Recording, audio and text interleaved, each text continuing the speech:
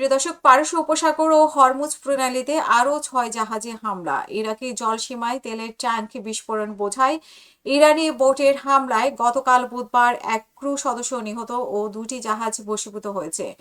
বন্দর কর্তৃপক্ষ, সামুদ্রিক নিরাপত্তা ও ঝুঁকি বিশ্লেষণকারী প্রতিষ্ঠানগুলো জানিয়েছে যে পারস্য উপসাগরে আরও 4টি জাহাজের প্রজেক্টাইল হামলার পরপরই এই ঘটনা ঘটে। যুক্তরাষ্ট্র ও ইউরোপের সঙ্গে সংশ্লিষ্ট জাহাজগুলোর উপরে সাম্প্রতিকতম এই হামলা ইরান যুদ্ধের এক বড় ধরনের বিস্তার হিসেবে দেখা হচ্ছে। যুদ্ধ শুরুর পর থেকে এই অঞ্চলে হামলার শিকার হওয়ার জাহাজের সংখ্যা দাঁড়িয়েছে অন্তত 16টিতে। গত 28শে ফেব্রুয়ারি ইরানে যুক্তরাষ্ট্র ও ইসরায়েলে হামলা শুরু করার পর থেকে পারস্য উপসাগর ও সংকীর্ণ হরমুজ প্রণালী দিয়ে নৌযান চলাচলের প্রায় স্থবির হয়ে পড়েছে।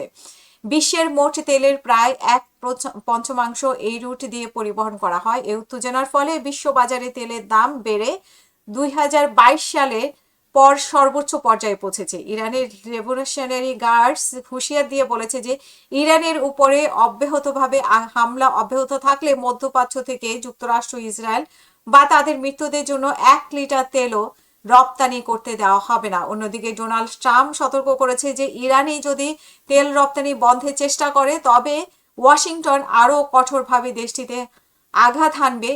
তিনি বলেন যে তিনি দাবি করেন যে তেল কোম্পানিগুলোতে হরমুজ প্রণালী ব্যবহারের আহ্বান জানিয়ে দাবি করেন যে ইরানের নৌবাহিনীর প্রায় সবটাতেই এখন ধ্বংস হয়ে গেছে।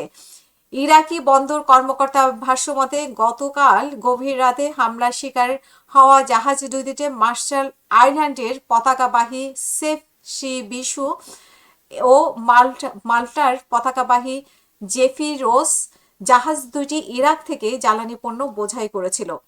ইরাকের রাষ্ট্রীয় তেল বিপণন সংস্থা সোমো জানিয়েছে যে সেফ সি ভিশু জাহাজটি তাদের সঙ্গে চুক্তিবদ্ধ একটি ইরাকি কোম্পানি ভাড়া করেছিল, আর জেফিরোস জাহাজ বসরা গ্যাস কোম্পানির জ্বালানি পণ্য নিয়ে যাচ্ছিল।